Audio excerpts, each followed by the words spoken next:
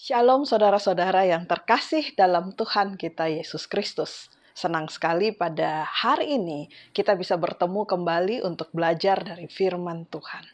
Waktu saudara mungkin melihat judul dari pelajaran ini yaitu Let It Go, saya mau jelaskan klarifikasi dari awal bahwa ini tidak berbicara tentang film atau tentang lagu yang mungkin saat ini populer. Tapi saya berbicara tentang satu hal yang sangat esensial di dalam kehidupan kita yang perlu kita lepaskan.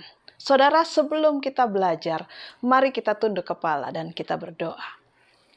Ya Tuhan Bapa kami yang di surga, saat ini kami mau menyerahkan hati dan pikiran kami untuk mempelajari firman Tuhan. Hadirlah bersama dengan kami.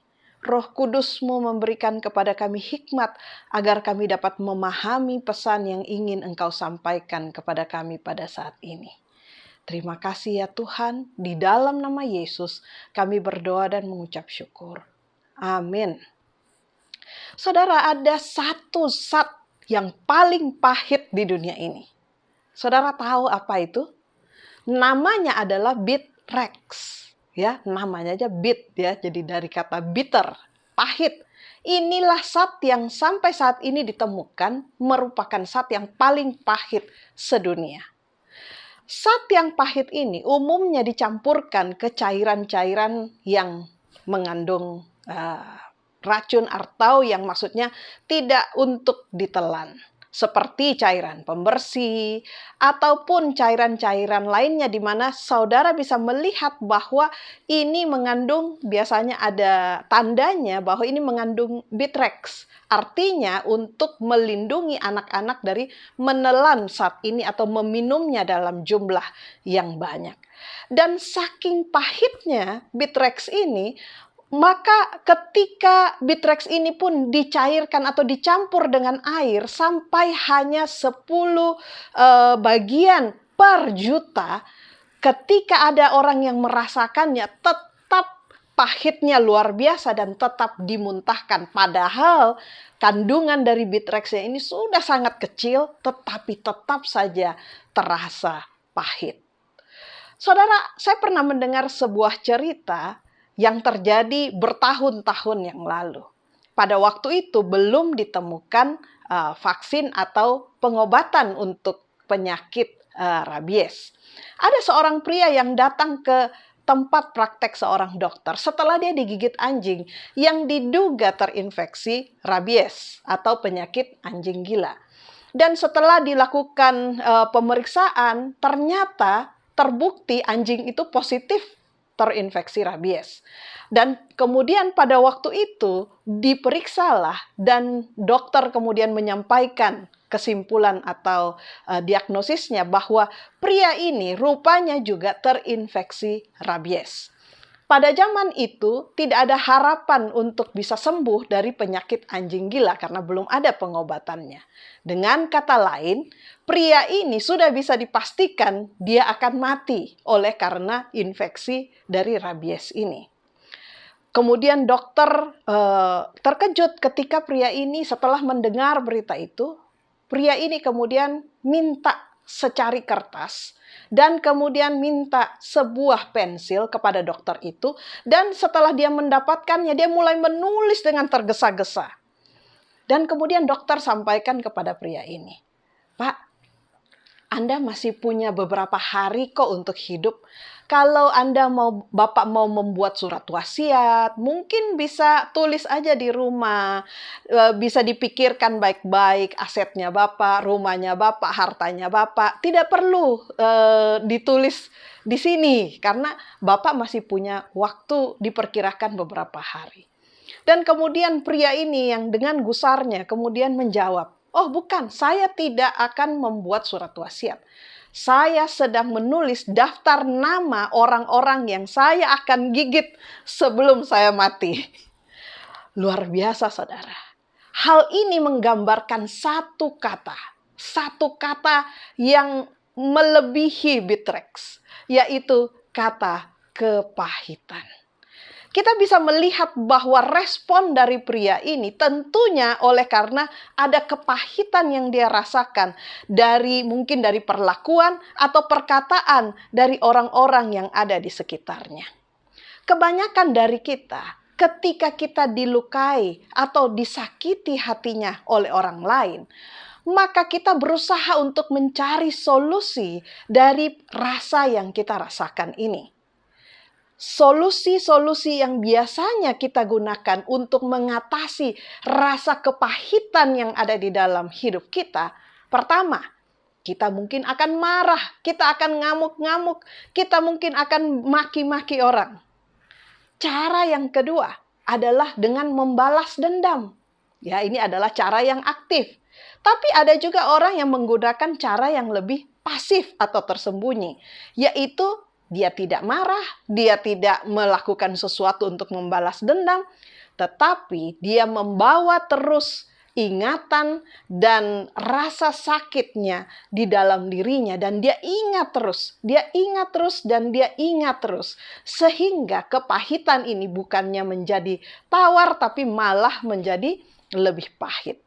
Oleh karena itu, kita bisa menyimpulkan bahwa marah, membalas dendam, ataupun kita ingat terus bukanlah solusi terhadap kepahitan.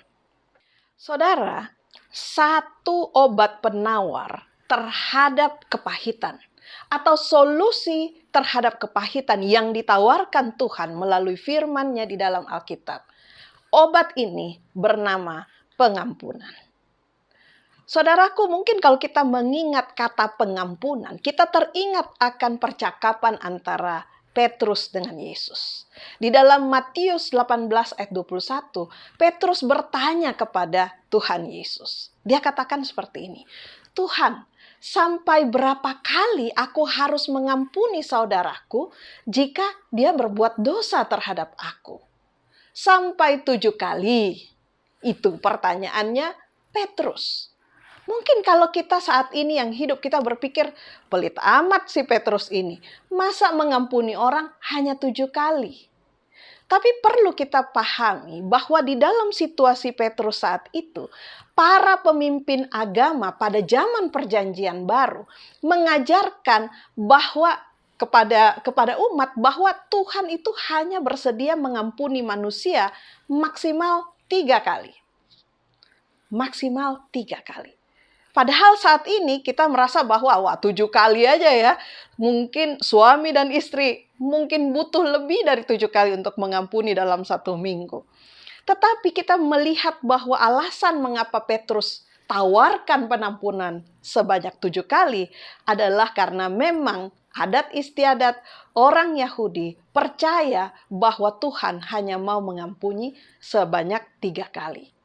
Jadi mari kita hitung beberapa angka di sini. Pemimpin agama mengajarkan 3 kali Tuhan mengampuni. Petrus mau bermurah hati, dia dobelin angkanya, dia kali 2 angka 3 itu menjadi 6. Bahkan dia tambahkan lagi 1 bonus angka menjadi 7. Itulah sebabnya dia katakan kepada Tuhan Yesus, Tuhan, sampai 7 kalikah aku harus mengampuni orang yang bersalah kepada saya? Tapi sungguh mengejutkan jawaban dari Yesus. Di dalam Matius 18 ayat 22, Yesus menjawab pertanyaan Petrus itu. Yesus bilang, bukan. Aku berkata kepadamu, bukan sampai 7 kali. Wah, mungkin sampai di situ. Petrus mungkin sudah berpikir, wah mungkin 4 kali doang nih, atau mungkin 5 kali. Tidak. Tapi Yesus bilang apa? Melainkan sampai 70 kali 7 kali. Saudaraku, apakah Yesus sedang mengajarkan bahwa Tuhan hanya mau mengampuni kita sebanyak 70 kali 7 kali? Sama dengan 490. Apakah ini adalah batas kuota pengampunan dari Tuhan terhadap kita sebagai manusia seumur hidup kita? Setelah habis kuotanya, maka kita tidak diampuni lagi. Saya percaya bukan itu yang dimaksud oleh Kristus. Bukan angka literalnya, tetapi untuk menggambarkan bahwa kuota pengampunan Tuhan itu adalah sebuah angka yang tidak ternilai. Apakah Tuhan di sorga menyuruh malaikatnya membawa secari kertas dan kemudian setiap hari menguntit kita dan contoh, Arlen hari ini bersalah, ya kan? 1. Jadi kita dibikinin kayak hitungan rumput. Oh, hitung ya terus ya sampai 490 kali dan kemudian wah, habis ya kuotanya Arlen. Tidak seperti itu, Saudara. Angka 490 sebetulnya menyatakan 70 kali 7 adalah pengampunan yang tidak terhingga. Kemurahan Tuhan tidak berakhir di hitungan kasih karunia sebanyak 490 kali. Setiap kali, selama kita mau datang kepada Tuhan untuk bertobat, Tuhan akan mengampuni kita. Dan sebagai balasannya, Tuhan merindukan dan meminta kita juga melakukan hal yang sama. Saudaraku, jangan pernah menghitung-hitung berapa kali kita sudah mengampuni orang lain atas perbuatan atau perkataan mereka yang sudah menyakiti hati kita. Karena Tuhan sendiri berulang kali membuktikan kepada kita tentang karakternya yang selalu mengampuni. Saya teringat satu ayat di dalam Keluaran 34 ayat 6. Musa katakan, Tuhan, Tuhan, Allah penyayang dan pengasih, panjang sabar, berlimpah kasihnya dan setianya. Saudara, saya mau saudara perhatikan kata panjang sabar. Ya, panjang sabar, saudara. Tuhan sudah panjang sabar bagi kita. Saya tidak tahu apa jadinya hidup kita kalau Tuhan tidak panjang sabar kepada kita. Kita bersyukur memiliki Tuhan yang tidak cepat menyerah terhadap kita. Bahkan dikatakan di dalam Lukas 17 ayat 3-4, inilah yang Yesus kehendaki untuk kita lakukan karena kita sudah menerima pengampunan dari Tuhan. Yesus ajarkan seperti ini. Jikalau saudaramu berbuat dosa terhadap engkau 7 kali sehari, dan 7 kali ia kembali kepadamu dan berkata, aku menyesal. Apa yang harus kita lakukan? Engkau harus mengampuni dia. Saudara,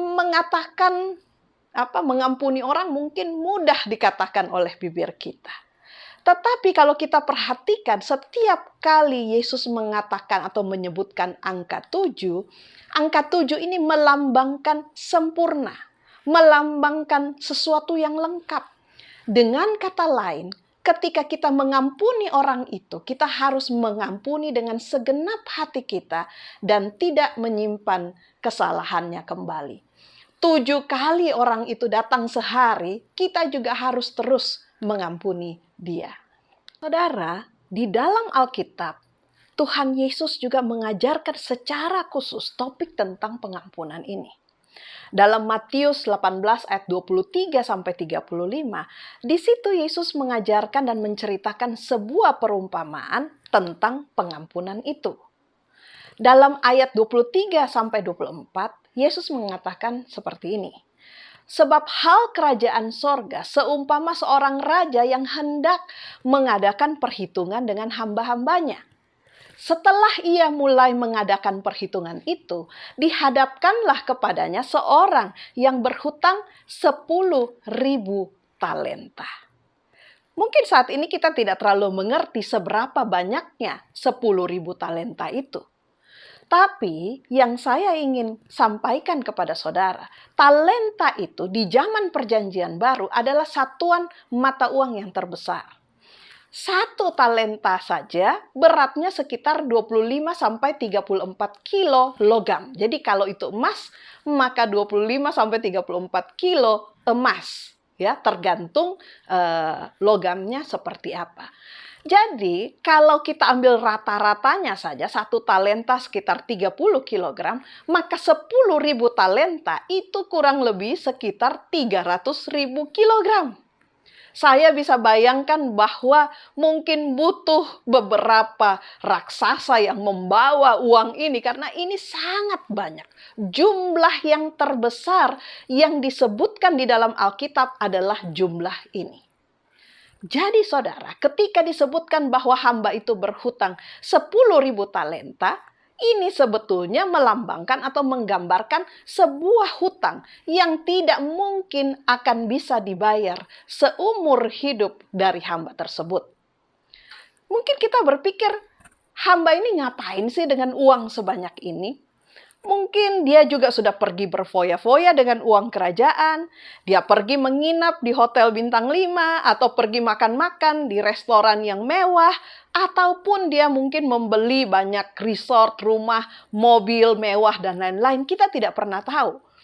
Tetapi uang yang sangat banyak itu sudah digunakan oleh hamba ini. Nah, Matius 18 ayat 25 katakan seperti ini.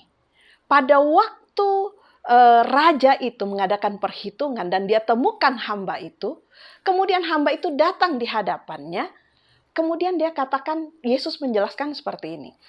Tetapi karena orang itu tidak mampu melunaskan hutangnya, raja itu memerintahkan supaya ia dijual beserta anak istrinya dan segala miliknya untuk membayar hutangnya. Mungkin kalau di zaman modern kita tidak bisa bayar hutang, bisa jadi kita masuk penjara. Tetapi di zaman dulu ketika kita tidak bisa membayar hutang, maka harta milik kita akan diambil, termasuk orang-orang atau keluarga kita, istri, anak-anak dan termasuk suami akan diangkut dan dijual sebagai budak.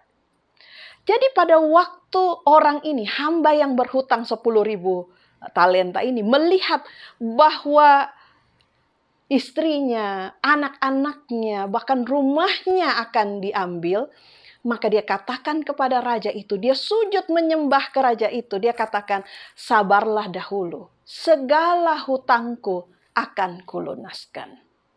Saudaraku, sebetulnya raja itu tahu bahwa hamba itu tidak mungkin akan bisa membayar hutang yang sebesar itu. Dari mana dia akan mengambil uang yang sebanyak itu? Tetapi Alkitab mencatat bahwa tergeraklah hati raja itu oleh belas kasihan akan hamba itu, sehingga ia membebaskannya dan menghapus hutangnya. Saudara, ini luar biasa. Mungkin kalau saya yang jadi raja itu, sudah tahu nih orang gak bakal bisa bayar hutang. Dia tidak memiliki kesanggupan apapun untuk bisa membayar hutang yang demikian besarnya. Kalaupun seperti itu, mungkin bisa jadi raja itu atau saya kalau jadi raja, saya akan bikin mulai duduk dan katakan kepada hamba itu, oke, saya sabarlah terhadap kamu, tapi mari kita mulai berhitung dan membuat rencana cicilan kamu. Tapi menariknya raja itu tidak berbuat demikian. Raja itu berbelas kasihan dan membebaskan, bahkan menghapuskan seluruh hutang dari hamba itu. Ini adalah suatu hal yang pengampunan yang luar biasa. Saudaraku, coba kita pikirkan dari cerita ini. Bagaimana sikap Tuhan dalam menghadapi hutang dosa kita? Apakah Tuhan langsung menghukum? Apakah Tuhan langsung mengutuk kita? Tidak, saudara. Tuhan luar biasa berbelas kasihan kepada kita. Ia mengampuni dan menghapus seluruh hutang dosa kita yang jumlahnya itu tidak terhingga. Jauh lebih daripada 490 itu. Dan bukan hanya itu, saudara. Tuhan tahu kita tidak mungkin mampu untuk membayar hutang kita.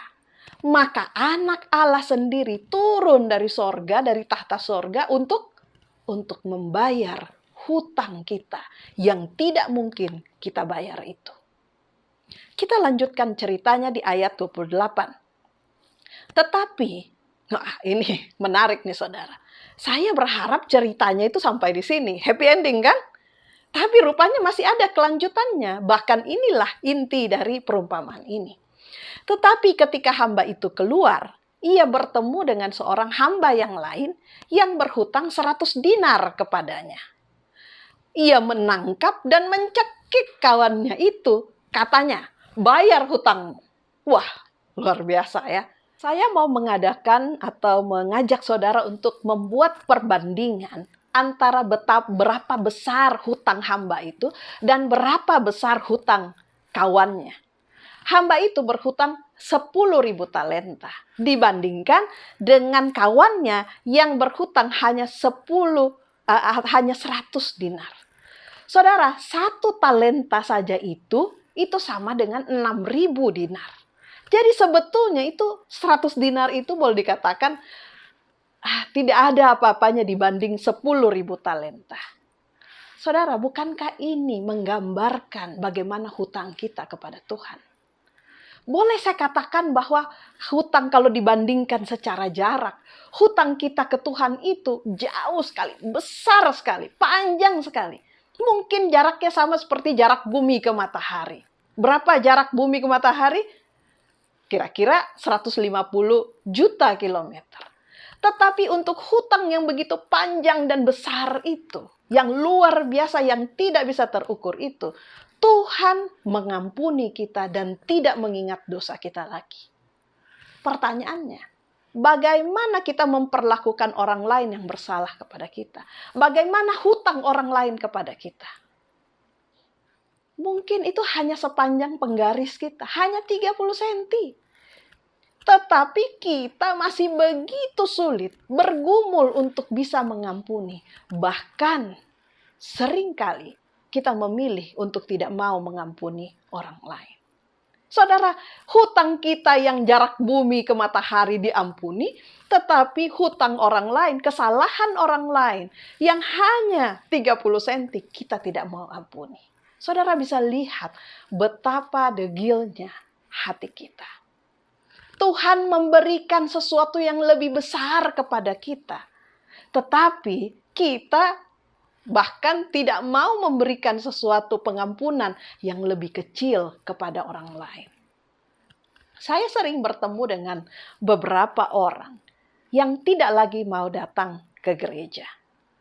Alasan mereka rata-rata, saya mendapat perlakuan atau perkataan yang tidak baik, mungkin dari anggota gereja atau malah dari pendeta. Dan mereka berpikir dengan tidak datang ke gereja, itu bisa membalas sakit hati mereka. Saudaraku, jika saudara mengalami hal ini, pertanyaan saya adalah, saudara bagaimana mungkin keluar dari rumah Tuhan dapat mengajarkan sebuah pelajaran kepada orang lain? Jangan, saudara. Ini adalah taktik atau strategi dari setan untuk membuat saudara jatuh dan tidak lagi mengasihi Tuhan, apalagi mengasihi sesama manusia. Sadarilah bahwa orang yang menyakiti orang lain sebetulnya orang yang sedang menyakiti dirinya sendiri. Mungkin ada pengalaman atau peristiwa di masa lalu di dalam kehidupan yang kita tidak tahu, yang membuat dia bersikap seperti itu.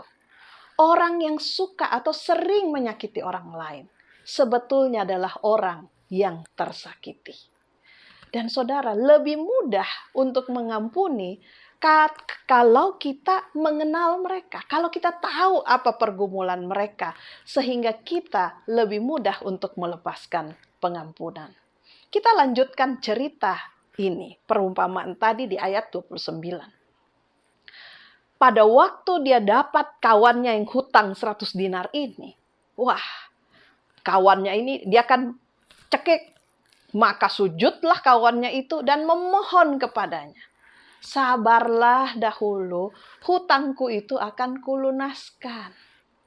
Kalau saudara ingat tadi ketika hamba ini diampuni, dihapuskan hutangnya oleh raja, apa yang dia katakan? Persis seperti permohonan hamba itu kepada raja tadi. Kali ini kawannya yang mengatakan hal itu. Tapi saudara, luar biasa hamba ini ya. Dia tidak tahu berterima kasih. Dia menolak. Ayat 31 katakan bahwa tetapi ia menolak dan menyerahkan kawannya itu ke dalam penjara sampai dilunaskan hutangnya. Dia tidak berbelas kasihan. Sampai di sini, mungkin saudara udah keburu sebel sama hamba yang tidak tahu diri ini. Yang sudah diampuni 10.000 talenta, tapi tidak mau mengampuni hutang kawannya yang hanya 100 dinar.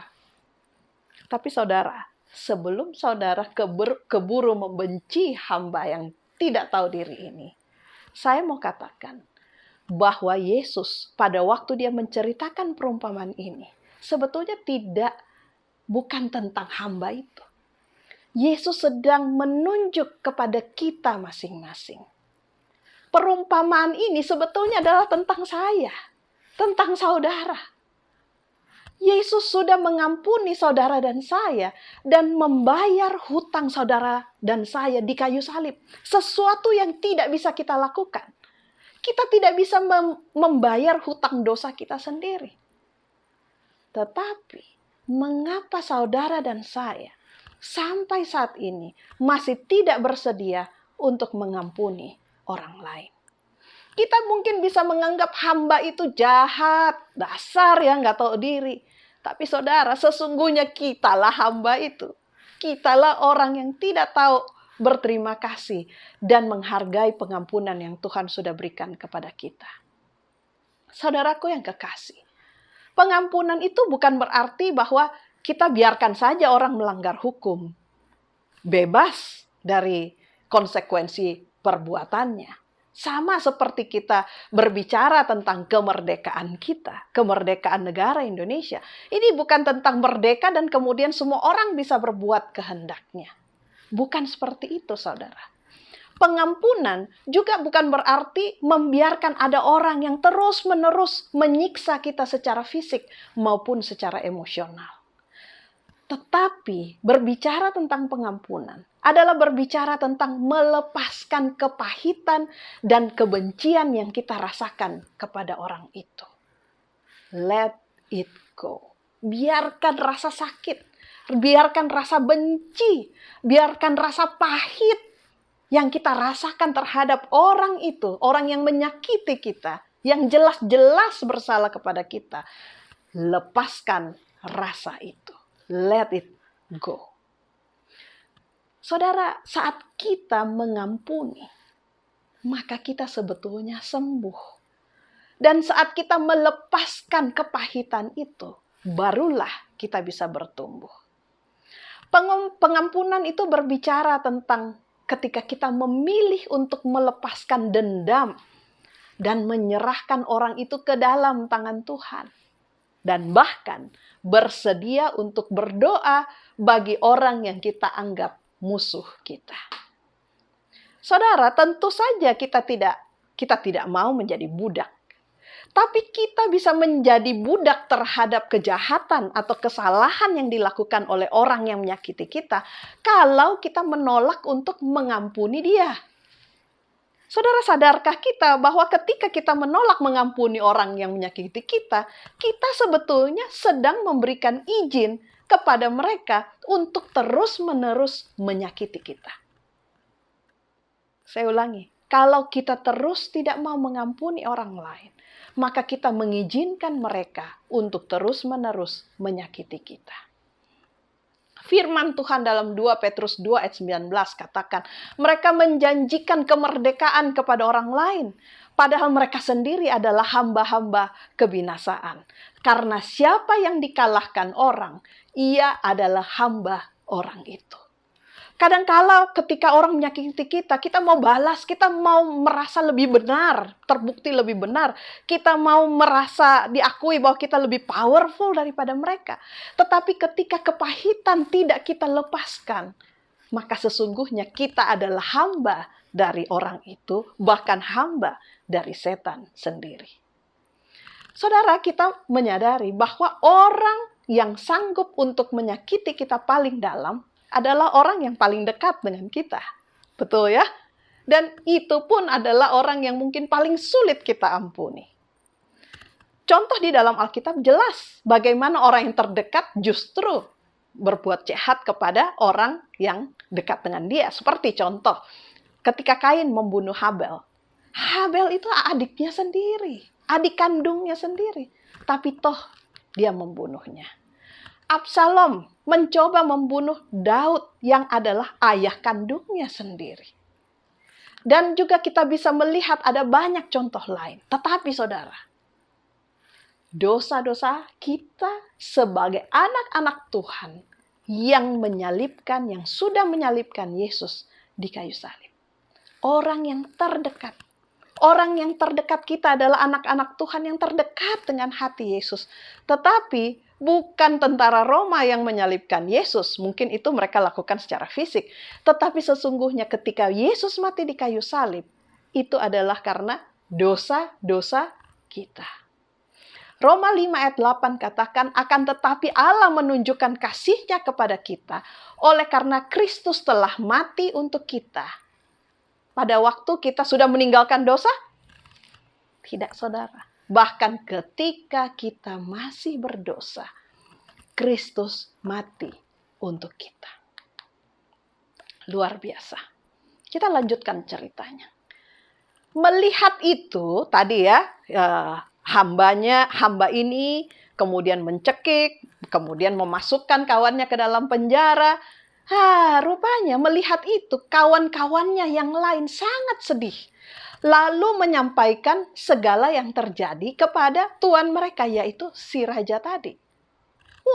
Raja itu menyuruh memanggil orang itu, hamba itu, dan berkata kepada hamba ini, "Hai hamba yang jahat, seluruh hutangmu telah kuhapuskan karena engkau memohonkannya kepadaku.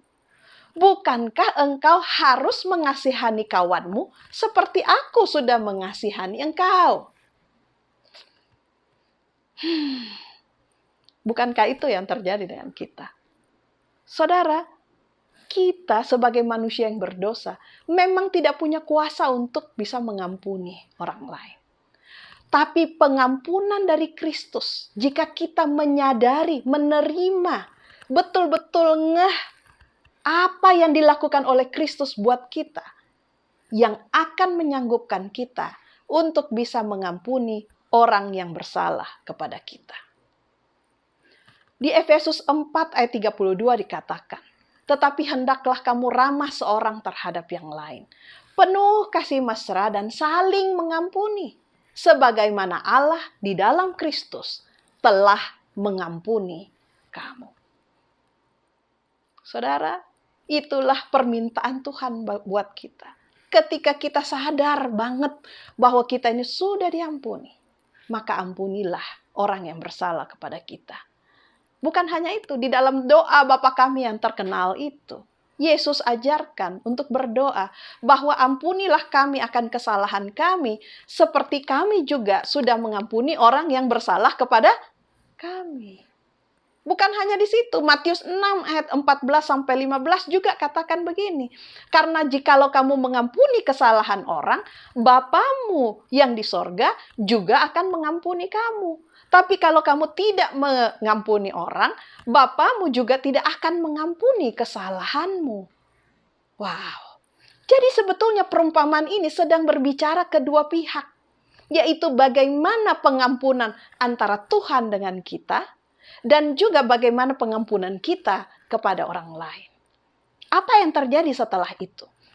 Matius 18 ayat 34 katakan, maka marahlah tuan itu dan menyerahkannya kepada hamba itu ya, kepada algojo-algojo sampai dia melunaskan hutangnya. Saudaraku, ini akhir yang tragis. Harusnya tadi dia sudah lolos. Tetapi ketika dia tidak mengampuni kawannya, maka disitulah dia kembali ditanggungkan hutang yang tadinya sudah dihapuskan daripadanya. Matius 18 ayat 35, cerita ini diakhiri dengan kesimpulan dari Yesus. Maka Bapakku yang di sorga akan berbuat demikian juga terhadap kamu apabila kamu masing-masing tidak mau mengampuni saudaramu dengan segenap hatimu. Apa sih yang terjadi dalam pikiran? Mengapa begitu penting, begitu krusial bisa mengampuni ketika kita menyadari pengampunan dari Tuhan dan kemudian mengampuni orang lain, seperti halnya hamba itu. Ada keterangan sebuah kutipan tentang apa sebetulnya kesalahan yang dibuat oleh hamba tersebut. Kutipannya berbunyi seperti ini. Adalah benar bahwa hamba tadi menerima pengampunan. Tetapi rohnya yang tidak berbelas kasihan menunjukkan bahwa dia sebetulnya menolak kasih Allah yang mengampuninya. Ia memisahkan dirinya sendiri dari Tuhan dan berada dalam keadaan yang sama sebelum ia diampuni. Dia menolak untuk bertobat dan dosa-dosanya ditanggungkan ke atasnya seperti ketika dia tidak bertobat. Wow, serem banget ya saudara ya. Jadi ketika hamba ini tidak mengampuni kawannya, bukan hanya masalah pelit. Masalahnya itu berarti bahwa dia menolak kasih karunia Tuhan yang sudah mengampuni dia dengan tidak memberikan belas kasihan kepada sesamanya manusia. Saudara, mengampuni orang lain merupakan hal alami yang terjadi atau yang dilakukan oleh orang Kristen. Saat kita menerima dan menyadari apa yang Tuhan sudah lakukan bagi kita. Pengampunan itu memang pilihan, sebuah pilihan yang bisa kita ambil. Apakah kita mau ampuni atau tidak? Tetapi sesungguhnya itu adalah keharusan atau kewajiban dari setiap orang Kristen. Bukan hanya kewajiban yang legalis, karena saya Kristen saya harus ampuni. Bukan, tetapi datangnya pengampunan yang datangnya dari suatu kesadaran bahwa sebagaimana Tuhan sudah ampuni kita, maka kita pun harus mengampuni orang lain. Saudara, setelah Yesus naik ke surga, murid-muridnya berkumpul di ruang atas. Mungkin sebagai background, murid-muridnya ini tadinya nggak akur, berantem melulu. Ada yang ribut siapa yang duduk di sebelah kanan, duduk di sebelah kiri, siapa yang terbesar di antara mereka. Tetapi ketika mereka berkumpul di ruang atas, mereka bersatu, mereka berdoa, mereka bertobat, dan mereka saling mengampuni satu sama lain, maka Roh Kudus dicurahkan kepada mereka. Dan disitulah peristiwa yang kita kenal dengan hujan awal. Hari Raya Pentakosta yang diceritakan di dalam Kisah Para Rasul pasal 2. Demikian pula yang akan terjadi pada hari-hari terakhir di mana kita hidup ini. Umat Tuhan akan menerima Roh Kudus ketika kita bertobat dari keegoisan kita dan mengampuni satu sama lain. Pada waktu itulah hujan akhir akan dicurahkan. Saudara, penting dicatat di sini bahwa Yesus tidak mengajarkan bahwa kita harus ampuni orang lain dulu, baru Tuhan mau ampuni kita. Karena kenyataannya adalah Tuhan sudah terlebih dahulu mengampuni kita. Dan bahkan kita tidak punya kuasa apapun untuk bisa mengampuni orang lain, kecuali saat kita menerima bahwa Kristus telah terlebih dahulu mengampuni kita. Saudara, saya percaya saudara tahu lukisan yang terkenal ini. Lukisan ini namanya adalah lukisan The Last Supper atau perjamuan terakhir. Lukisan ini dilukis oleh seorang pelukis dari Italia yang sangat terkenal, yaitu namanya Leonardo da Vinci. Dia pada waktu itu diminta untuk melukis di dinding ruangan makan di sebuah biara di Milan, Italia.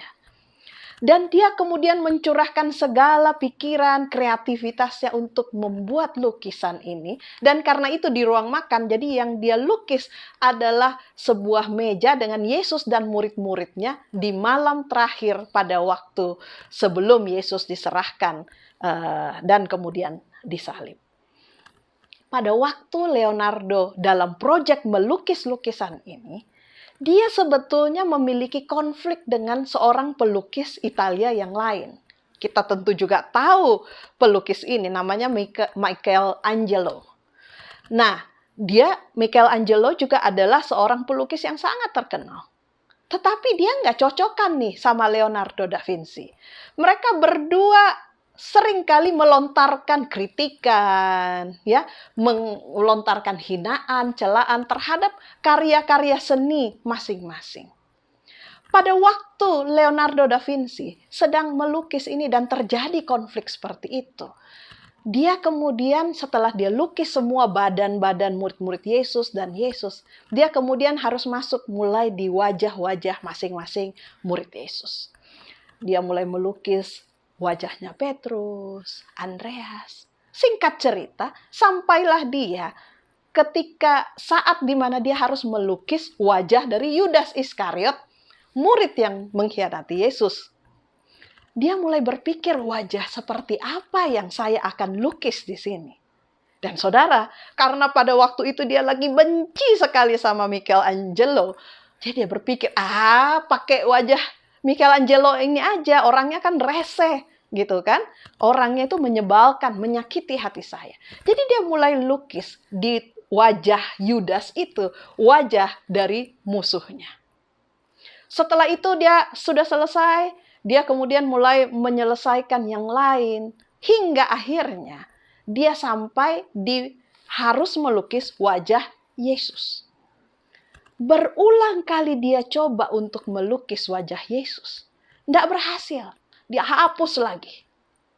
Dia lukis lagi. Dia mau membayangkan wajah yang penuh dengan belas kasihan. Tapi begitu dia setelah lukis wajah itu, kayaknya dia nggak puas. Dia hapus lagi. Entah berapa kali dia menghapus lukisan wajah Yesus dan kemudian melukis lagi. Sampai akhirnya dia putus asa dan kemudian dia berdoa. Tuhan, tolong Tuhan, ini kan adalah lukisan yang menggambarkan Yesus. Tolong Tuhan, bantu saya untuk bisa melihat seperti apa wajah Yesus. Kemudian ada suatu suara yang berbisik di telinganya. Engkau tidak akan bisa melihat wajah Yesus sebelum engkau menghapus wajah Michelangelo sebagai Yudas. Wah, dia bergumul sekali saudara karena dia benci sekali sama Michelangelo ini. Tapi kemudian dia berpikir dan dia mulai merenung. Tuhan, bagaimana saya bisa melihat wajahmu? Pesan dari Tuhan adalah bagi dia untuk melepaskan kepahitannya. Pesan dari Tuhan adalah kalau engkau mau melihat wajah Yesus, maka engkau harus melepaskan kepahitan dan memberikan pengampunan kepada musuhmu. Saudara, apakah ini juga yang sedang kita hadapi? Di dalam hidup kita, kita rindu untuk bisa melihat wajah Yesus. Tetapi kita tidak bisa melihat wajahnya. Karena pandangan kita tertutup oleh rasa amarah, rasa benci, rasa sakit hati, rasa dendam terhadap orang yang sudah menyakiti kita begitu rupa. Kita terlalu fokus terhadap orang itu. Kita terlalu fokus untuk bagaimana caranya saya bisa balas dendam kepada orang itu biar dia tahu rasa betapa sakitnya hati saya ketika dia melakukan kejahatan ini. Sehingga saking fokusnya kita pada balas dendam, kita jadi tidak bisa melihat wajah Yesus. Berulang kali kita mungkin berdoa, kita baca Alkitab, kita melakukan apapun untuk bisa dekat dengan Tuhan dan bisa melihat, merasakan hadirat Tuhan. Tapi tidak kunjung kita bisa rasakan. Kenapa? Karena kita belum melepaskan kepahitan yang ada di dalam diri kita. Saudaraku, apakah saat ini, di dalam pikiran saudara ketika mendengarkan pelajaran ini, ada bayangan wajah orang yang saudara mungkin sangat benci. Orang yang sudah menyakiti Anda sedemikian rupa. Yang mungkin sampai sepanjang hidup saudara-saudara sudah katakan saya tidak mungkin bisa ampuni dia.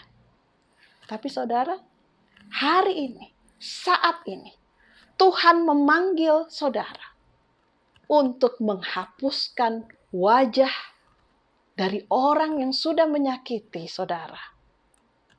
Supaya saudara bisa melihat wajah Yesus. Jika saudara ini sampai pada saat ini, pesan ini sampai kepada saudara. Dan Tuhan berbicara kepada saudara. Untuk menggerakkan dan melunakkan hati saudara. Untuk bisa mengampuni bahkan orang yang saudara paling benci sekalipun. Yang selama ini bahkan mungkin sudah bertahun-tahun telah menyakiti hati saudara. Maka dengarkanlah bisikan Roh Kudus. Mintalah kuasa dari sorga. Dan biarkan Yesus yang memegang penghapus itu membantu kita untuk menghapuskan wajah dari orang yang kita benci. Menghapuskan kesalahan. menghapuskan kejahatan yang dilakukan oleh orang lain kepada kita, dan menggantikannya dengan wajah Yesus. Saudara, jika saudara mau lakukan itu, hari ini, saat ini, saudara berjanji untuk mengampuni orang yang paling saudara benci. Maka mari kita tunduk kepala, kita berdoa. Ya Tuhan Bapa kami yang di surga, kami bersyukur karena hari ini Engkau sudah mengingatkan kami betapa Engkau sudah mengampuni kami. Dosa kami sangat besar, hutang kami terhadap Engkau tidak terhingga, tetapi Engkau berbelas kasihan dan mau mengampuni kami. Oleh karena itu Tuhan, secara khusus pada hari ini, saat ini, hamba-Mu mau berdoa untuk setiap saudara hamba-Mu yang sedang menyaksikan tayangan ini. Mungkin ada di antara mereka yang sedang memendam kepahitan, rasa sakit, rasa dendam terhadap orang yang sudah menyakiti mereka bertahun-tahun. Tuhan, tolong mereka. Kiranya kasih karunia dan kasih-Mu yang mengampuni itu mereka dapat rasakan di dalam hati. Menyadari betapa besar pengampunan yang Tuhan sudah berikan kepada mereka. Dan dengan demikian, dengan pertolongan Yesus Kristus, membuat mereka dapat melepaskan kepahitan itu dan memberikan pengampunan kepada orang yang sudah menyakiti mereka. Ya Tuhan, bukalah kesempatan bagi setiap saudaraku yang ada saat ini, untuk setelah mendengarkan firman ini, pergi kepada orang yang sudah menyakiti mereka, meminta pengampunan dan saling mengampuni. Mungkin itu melalui telepon, mungkin itu melalui surat atau email, mungkin itu dengan datang langsung dan berhadapan dengan orang yang selama ini menyakiti mereka.